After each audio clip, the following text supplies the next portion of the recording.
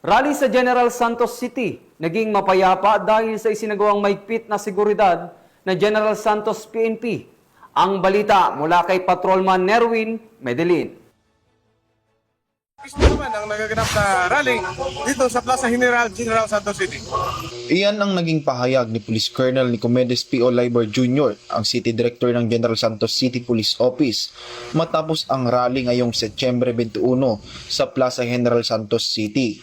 Mahigpit ang ginawang pagbabantay ng buong puwersa ng kapulisan upang matiyak na ligtas at maayos ang sitwasyon. Sa pangunguna ng General Santos City Police Office at sa tulong ng iba't ibang unit ng Police Regional Office 12, nakapwesto ang mga pulis sa strategic areas, nagsagawa ng checkpoints at nagpapatrolya sa paligid ng lungsod.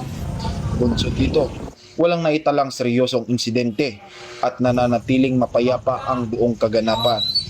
Gayunpaman, hindi naiwasan ang abala sa mga motorista at residente dahil sa matinding trapiko dulot ng pagtitipon.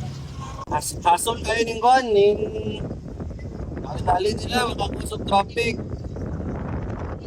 Nalangay na inunta sa atong mga kuhan, sa atong mga transaksyon. Nagpagulay mga inani.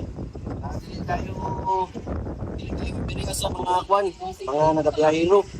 Sa kabila ng abalang itinulot ng kilos protesta, nananawagan ang PNP na gamitin ang mas maayos na paraan ng pamamahayag Sa ating mga kababayan, hindi naman sana, iiwasan natin yung pag-join sa rally para hindi na tayo dagdag ng violation ng traffic dito. Buhol-buhol pa yung ating traffic law dito sa siyudad ng General Santos City. sa kanilang mahigpit na pagbabantay. Tiniyak ng Gensan PNP na mapayapa at ligtas ang lungsod. Muling ipinaalala ng kapulisan na ang tunay na pagbabago ay mas nakakamtan sa mapayapang paraan na pagkikipag-ugnayan kaysa sa lansangan.